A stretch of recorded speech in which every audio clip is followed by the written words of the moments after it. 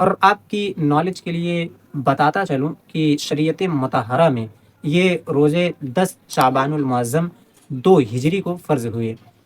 توحید و رسالت کا اقرار کرنے والے ہر مسلمان مرد اور عورت جو عاقل اور بالغ ہو، اس پر رمضان کے روزے رکھنا لازم اور فرض ہے۔ ویڈیو کے اختتام کی طرف بڑھتے ہوئے میں آپ کو ایک نہایت ہی ایمان افروز، دل کو چھو لینے والی اور ایموشنل حکمت بتاتا ہوں۔ اس کو سننے کے بعد آپ کے رونگٹے کھڑے ہو جائیں گے۔ اسلام میں اکثر اعمال جو ہوتے ہیں اور اکثر عبادتیں جو ہوتی ہیں، کسی نہ کسی روح پرور واقعے کی یاد تازہ کرنے کے لیے مقرر کی گئی ہیں۔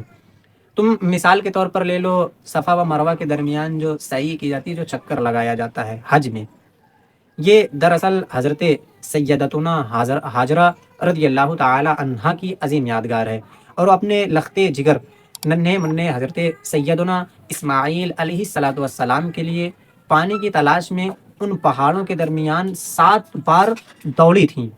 اللہ عز و جل کو اپنے ایک اس نیک بندی کی، ایک ماں کی یہ طلب اور یہ ادا اتنی پسند آئی کہ اسے قیامت تک کے لیے حاجیوں اور عمرہ کرنے والوں پر واجب فرما دیا کہ جو حاجی میری ہاجرہ کی کاپی نہیں کرے گا، میں اس کا حج قبول ہی نہیں کروں گا۔